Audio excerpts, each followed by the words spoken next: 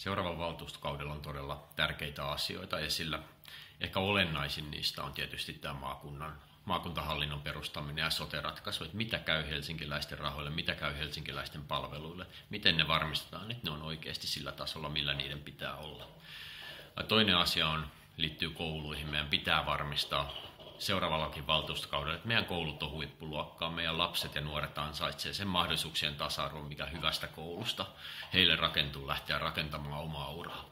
Kolmantena asiana meidän pitää muistaa se, että Helsingin pitää olla vetovoimainen ja kilpailukykyinen yrityksille.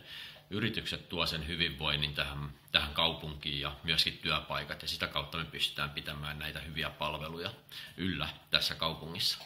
Neljäntenä asiana mä nostaisin esiin sitten asuntopolitiikan. Asuntopuolella meillä uhkana tietysti on se, että me joudutaan samaan kierteeseen kuin Tukholmassa, että asuntojen hinnat vaan lähtee rajuun nousuun. Meidän pitää varmistaa, että näin ei tapahdu, ja se onnistuu vaan sillä, että me kaavoitetaan lisää rakentamiskelpoista maata. Meillä on parempi kilpailu myöskin rakennussektorilla, ja kolmantena asiana, että Helsingin seudulla tehdään laajemmin yhteistä asuntopolitiikkaa ja varmistetaan se, että asuntoja syntyy riittävästi, jotta kysyntä ei ylitä tarjontaa, vaan saadaan asumisen hinta pysymään kurissa.